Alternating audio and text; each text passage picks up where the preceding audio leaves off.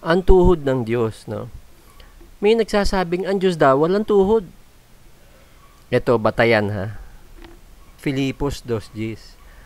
Upang sa pangalan ni Jesus ay iluhod ang lahat ng tuhod ng nanga sa langit at ang nanga sa ibabaw ng lupa at ang nanga sa ilalim ng lupa. The logic being, ang sabi sa talata, no? Lahat ng tuhod na nasa langit, ibabaw ng lupa at ilalim ng lupa ay luluhod. Therefore, kung ang Ama nasa langit, pati Ama luluhod. Kasi ang sabi sa talata ay iluhod lahat ng tuhod. Kaya si Epps came up with the conclusion na ang Ama ay walang tuhod. Otherwise, pati Ama luluhod. Kung may tuhod siya. Tama ba yan? Suriin natin, ano? First and foremost, walang mababasang may tuhod ang Diyos. In Diyos Ama, ha? In the same token, wala ring mababasang walang tuhod ang Diyos. Kaya ang tanong, may tuhod ba ang Diyos? Di ba? Basahin muna natin to, no, sa Genesis 1:27. So God created man in His own image. In the image of God, created He him, male and female, created He them. Ayun. Nilalang ng Diyos ang tao ayon sa kanyang sariling larawan. Ayon sa larawan ng Diyos, no? So God created man in His own image. Wala pang tao may Diyos na. May image na ng Diyos. Bago pa man na-create ang tao, so nung na-create ang tao, ang image ng tao nanggaling sa Diyos. Kaya maliwanag, ha? Ang image ng tao nanggaling sa Diyos. Hindi the other way around. Hindi ang image ng Diyos nanggaling sa tao, no? Ang Diyos ang originator ng image. Hindi tao. Ito, ha? Basahin natin, ha? Genesis 1:4. At nakita ng Diyos ang liwanag na mabuti at inihiwalay ng Diyos ang liwanag sa kadiliman. So, ayan. Nakita ng Diyos ang liwanag na mabuti. So, kung paanong ang Diyos nakakakita, may paningin, gayon din naman ang tao may paningin. Kaya nga ang tao, may mga mata eh. Hindi dapat sabihin na ang tao may paningin, kaya ang Diyos may paningin din. Hindi ganon, ano? Hindi dapat sabihin na kaya may paningin ng Diyos dahil may paningin ang tao. Diba? Hindi mauuna yung tao, hindi ganon. Kasi sa Diyos nang galing ang paningin eh. Ang Diyos ang originator ng paningin. Yung larawan na yun ng Diyos na nasa tao. Hindi ang tao may paningin, kaya ang Diyos may paningin din, hindi ganon. So sa 1:3, at sinabi ng Diyos magkaroon ng liwanag at nagkaroon ng liwanag. Ayan, sabi naman ng Diyos, magkaroon ng liwanag. No? So kung paanong ang Diyos nakakapagsalita, gayon din naman ng tao nakakapagsalita. Kaya nga ang tao may bibig para makapagsalita. Hindi dapat sabihin na ang tao nakakapagsalita, kaya ang Diyos nakakapagsalita din. Ang tao nakakapagsalita dahil nilikha tayo ng Diyos sa kanyang larawan na nakakapagsalita. Kasi Diyos ang pinanggalingan ng pagsasalita. Yung larawan na yun ng Diyos na nasa tao. So tingnan natin dun sa 66:2 ng Isaiah. Sapagkat lahat ng mga bagay na ito ay nilikha ng aking kamay at sa gayoy nangyari ang lahat ng mga bagay na ito, sabi ng Panginoon. Ngunit ang taong ito ay titingnan ko sa makatuwid bagay, siyang dukha at may pagsisising loob at nanginginig sa aking salita.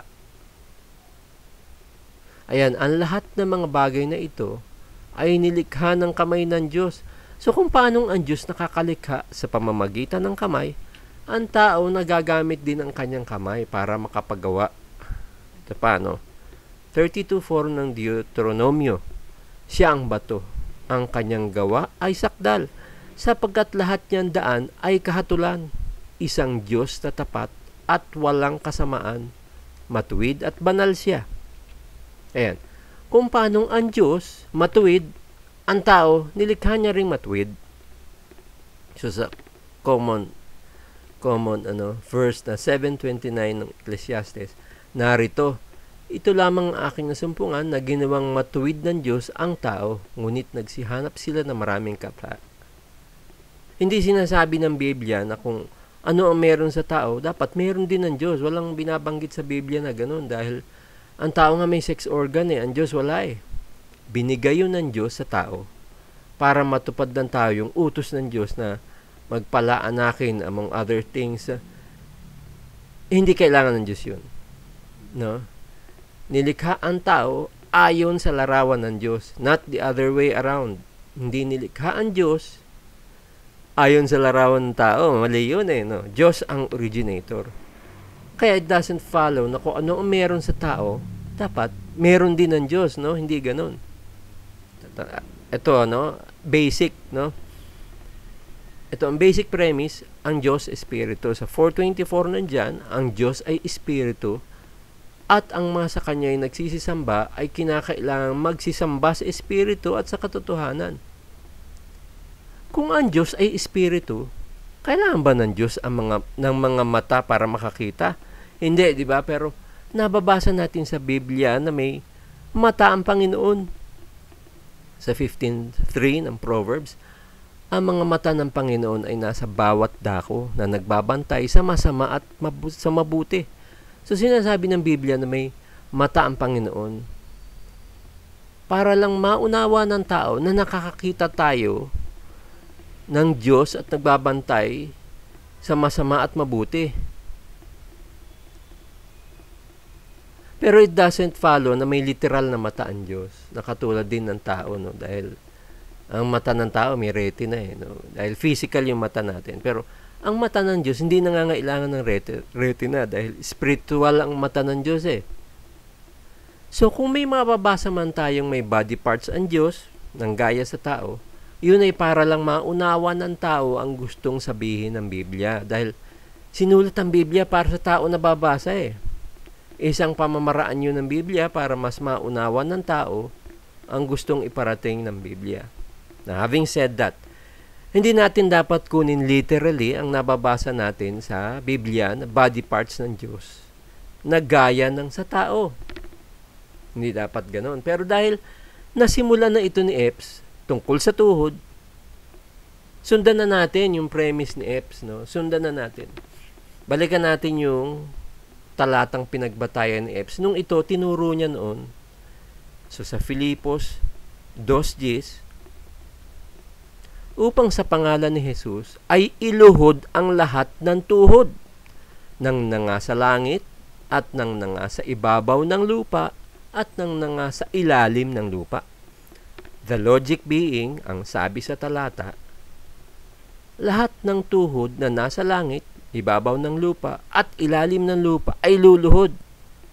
Therefore, kung ang Ama nasa langit, pati Ama luluhod. Kasi ang sabi sa talata ay iluhod lahat ng tuhod.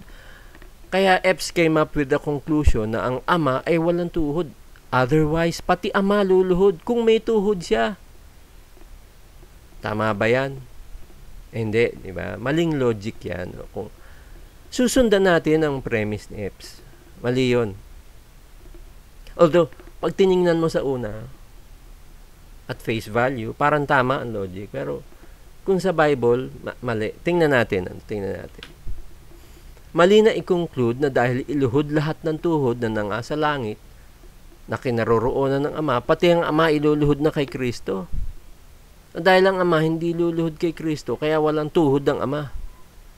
That is not the case dahil sa Biblia, posible naman na may tuhod ang Ama, pero hindi luluhod kay Kristo. Ngayon, maaaring may mga tuwiran, sabi sa talata, lahat Kapag sinabi bang lahat may exemption, implying na kapag sinabing lahat, walang exemption. Ayan, may ganyang pangangatwiran, pero yung ganong pangangatwiran, pamimiloso po yun hindi katwiran. Hindi katotohanan ang inahunt ng ganyang reasoning, kundi malihis ang totoo. Hindi ibig sabihin na nabasa nating lahat, lahat nga. Kailangan i-consider natin yung context at ang buong Bible, dahil ang hinahanap natin, ang totoo na nasa Bible, hindi makapamuntos. Ito halimbawa, basahin natin ito, 4:6 ng Ephesians, isang Diyos at Ama ng lahat, na siyang sumasa ibabaw sa lahat, at sumasa lahat, at nasa lahat. Ayan ang sabi, isang Diyos at Ama ng lahat. So sa nabasa nating lahat, Sa Biblia ba, lahat nga ba ng tao ang ibig sabihin ng lahat na ito? Pero ba't binasa natin sa 8:44 nandyan, kayo'y sa inyong amang dyablo at ang mga nais ng inyong ama ang ibig niyong gawin. Siya'y isang mamamatay tao buhat pa nung una at hindi nananatili sa katotohanan sapagkat walang katotohanan sa kanya. Pagka nagsasalita siya ng kasinungalingan, nagsasalita siya ng sakganang kanya. Sapagkat siya isang sinungaling at ama nito. So ayan, may nababasa tayo sa Biblia na salitang lahat. Pero hindi pala lahat. Kung kukunin natin out of context, no? Pero kung kukunin natin within the context, makikita natin na ang sinasabing lahat dito sa talata may kinauukulan. It doesn't necessarily follow na lahat ay lahat nga ng tao. Balikan natin yung talata. Filipos 2:10. Babasahin natin ulit. Upang sa pangalan ni Jesus ay iluhod ang lahat ng tuhod ng nangasa langit at ng nangasa ibabaw ng lupa at ang nangasa ilalim ng lupa.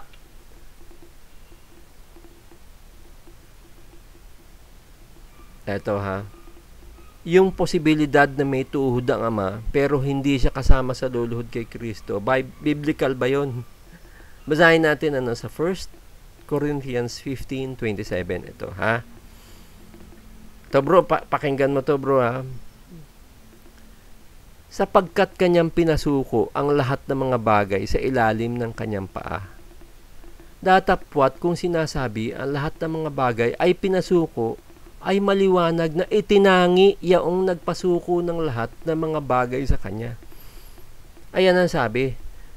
Sapagkat kanyang, referring to the Father, pinasuko ang lahat ng mga bagay sa ilalim ng kanyang, referring naman kay Kristo, paa.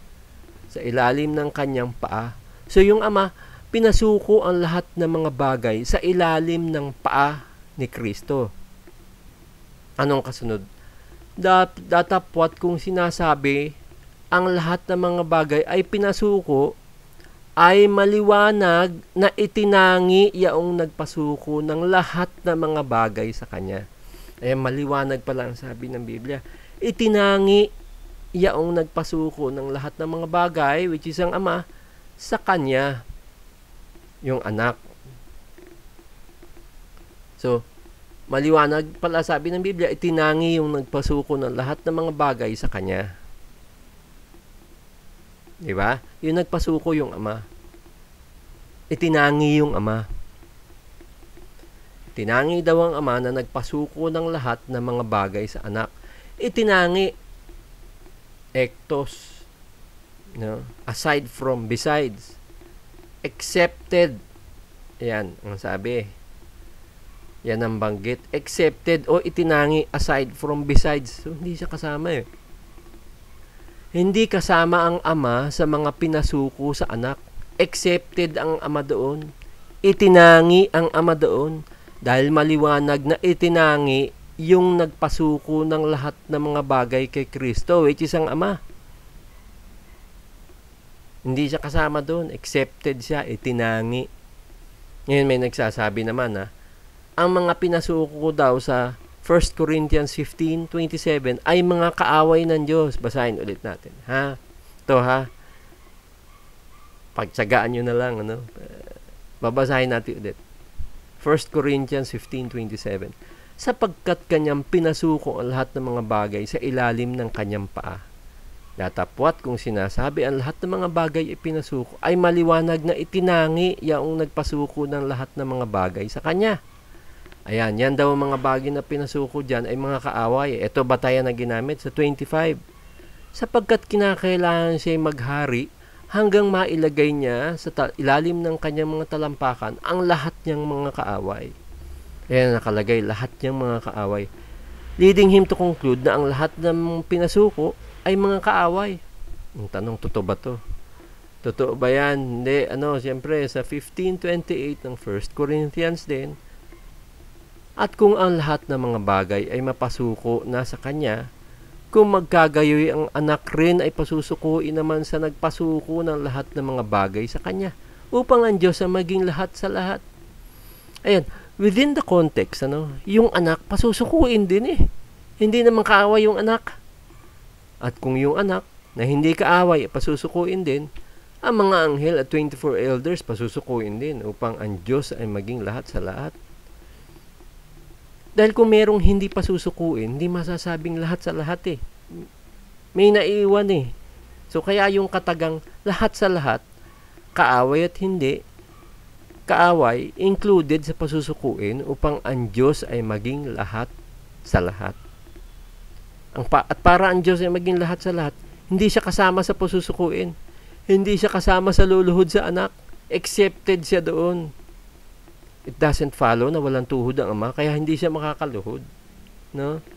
Hindi luluhod ang ama, hindi dahil wala siyang tuhod, kundi hindi talaga siya kasama sa paluluhurin sa anak dahil accepted o itinangi ang ama.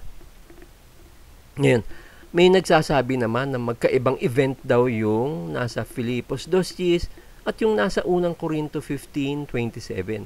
Tingnan nga natin kung magkaiba. Kailan ba naganap ang 2:10 ng Filipos? Basahin ulit natin. Filipos 2:10. Upang sa pangalan ni Jesus ay iluhod ang lahat ng tuhod ng nangasa langit at ng nangasa ibabaw ng lupa at ng nangasa ilalim ng lupa.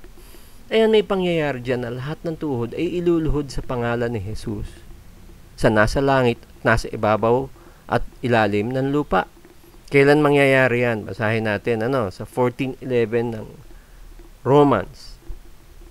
Sapagkat nasusulat, buhay ako, sabi ng Panginoon. Sa akin, ang bawat tuhod ay luluhod at ang bawat dila ay magpapahayag sa Diyos. Kailan yan? Taas lang natin Basahin natin ulit. So, 11 at sa 10. Datapwat ikaw, bakit humahatol ka sa iyong kapatid? At ikaw naman, bakit pinawala ang halaga mo ang iyong kapatid? Sapagkat tayong lahat ay tatayo sa harapan ng hukuman ng Diyos. Sapagkat nasusulat, buhay ako, sabi ng Panginoon. Sa akin, ang bawat tuhod ay luluhod at ang bawat dila ay magpapahayag sa Diyos. Magaganap pala sa hukuman ng Diyos eh. Kailan yon? Sa 20:12 na Apokalipsis. At nakita ko ang mga patay, malalaki at maliliit, nang nakatayo sa harapan ng luklukan at nangabuksan ng mga aklat at nabuksan ng ibang aklat na siyang aklat ng buhay. At ang mga patay ay hinatulan ayon sa mga bagay na nasusulat sa mga aklat, ayon sa kanilang mga gawa. Ayon sa Great White Throne Judgment pala, magaganap yung hukuman ng Diyos kung saan luluhod lahat ng tuhod kay Kristo. Ayun naman sa 1 Corinthians 15:27, kailan naman yan magaganap? So, pagtsagaan nyo na ulit, babasahin ko 15:27 ng 1 Corinthians. Sapagkat kanyang pinasuko ang lahat ng mga bagay sa ilalim ng kanyang paa. Datapwat kung sinasabi ang lahat ng mga bagay ay pinasuko, ay maliwanag na itinangi yaong nagpasuko ng lahat ng mga bagay sa kanya. Yan. Kailan magaganap yan? Taas lang natin tapos basahin natin ulit. Sa 15:25. Sapagkat kinakailangan siya'y maghari hanggang mailagay niya sa ilalim ng kanyang mga talampakan ang lahat niyang mga kaaway. Sa 26. Ang kahuli-hulihang kaaway na lilipulin ay ang kamatayan. So, dito tayo sa 27. Sapagkat kanyang pinasuko ang lahat ng mga bagay sa ilalim ng kanyang paa. Tatapwat kung sinasabi, ang lahat ng mga bagay ipinasuko ay maliwanag na itinangi yaong nagpasuko ng lahat ng mga bagay sa kanya. Mangyayari kapag lilipuli na ang kahuli-hulihang kaaway, which is ang kamatayan. Kailan yun? Sa 2014 Apokalipsis. At ang kamatayan at ang Hades ay ibinulid sa dagat-dagatang apoy. Ito ang ikalawang kamatayan, sa makatuwid ay ang dagat-dagatang apoy. Ayun, magaganap pala ang paglipol sa kahuli-huli ang kaaway na kamatayan kapag ibinulid na siya sa dagat-dagatang apoy. At magaganap yon sa 2014. Along the same period ng Great White Throne Judgment, which is Apocalypse 20:12. Kaya within the same period, naganap ang Filipos 2:10 at unang Korinto 15:27. Hindi sila magkalayong event. Kaya kapag iluluhod na lahat ng tuhod sa langit at lupa at sa ilalim ng lupa, hindi kasama Ama doon. Dahil accepted nga siya sa pagpapasuko dahil Ama ang nagpasuko ng lahat ng bagay sa anak. Ngayong alam na natin ang circumstances sa pagpapasuko at alam na natin na hindi kasama ang Ama doon, the question remains, may tuhod ba ang Ama? Although, that is not the point. Hindi naman yun no? The point is, hindi kasama ang Ama sa pagpapasuko sa anak. Hindi luluhod ang Ama sa anak. Regardless kung may tuhod ang Ama o wala, hindi talaga siya kasama doon. Pero, dahil nga sinimulan ito ni Epps, sa reasoning din ni Epps natin tapusin. Di ba? Ito reasoning ni Epps. Napakinggan na natin to. Aware naman kayo lahat dyan. Nung natanong si Epps, kung may puwet ang Diyos, ano ang sagot ni Epps? Kahit walang mababasang may puwet ang Diyos, he is inclined to believe na may puwet ang Diyos. Bakit daw? Basahin natin 5:13 na Apokalipsis. At ang bawat bagay na nilalang na nasa langit, at nasa ibabaw ng lupa, at nasa ilalim ng lupa, at nasa ibabaw ng dagat, at lahat ng mga bagay na nasa mga ito, ay narinig kong nangagsasabi sa Kanya na nakaupo sa luklukan at sa kordero ay ang pagpapala at kapurihan at kaluwalhatian at paghahari magpakailanman. Ayan. Kaya daw may puwet ang Diyos, according to Epps according to Epps. Dahil nakakaupo, according to the verse, no? So, ang premise ganito. Nakakaupo sa luklukan, kaya may puwet. Kasi may pang-upo. So, yung function ng puwet na pang-upo, yun ang nagpapatunay na may puwet. Kasi nakakaupo Kahit hindi mo nababasang may puwet ang Diyos, the function performed by the puwet ang nagpapatunay na may puwet ang Diyos. So, kung yan ang premise, under that reasoning, apply natin. Basahin natin ito. No? Genesis 3:8. At narinig nila ang tinig ng Panginoon Diyos na lumalakad sa halamanan sa kulimlim ng araw at nagtago ang lalaki at ang kanyang asawa sa harapan ng Panginoon Diyos sa pagitan ng mga punong kahoy sa halamanan. Ayan. Ang Diyos lumalakad sa halamanan sa kulimlim ng araw. Nakakalakad sa halamanan.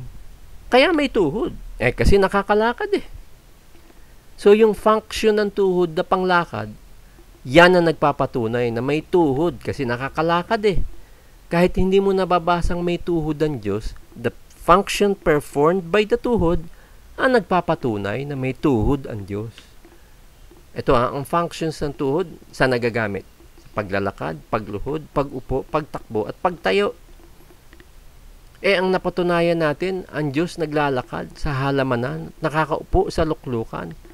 Proving na itong mga functions na ito ay ginagamitan ng tuhod. Kaya may mapatunayan lang tayo sa isa sa mga functions na yan, we can safely conclude na may tuhod ang Diyos. Yan ay under F's premise and reasoning. Diba? The point is, kung susundin natin yung premise ni F's, may tuhod ang Diyos. Diba? So, yun.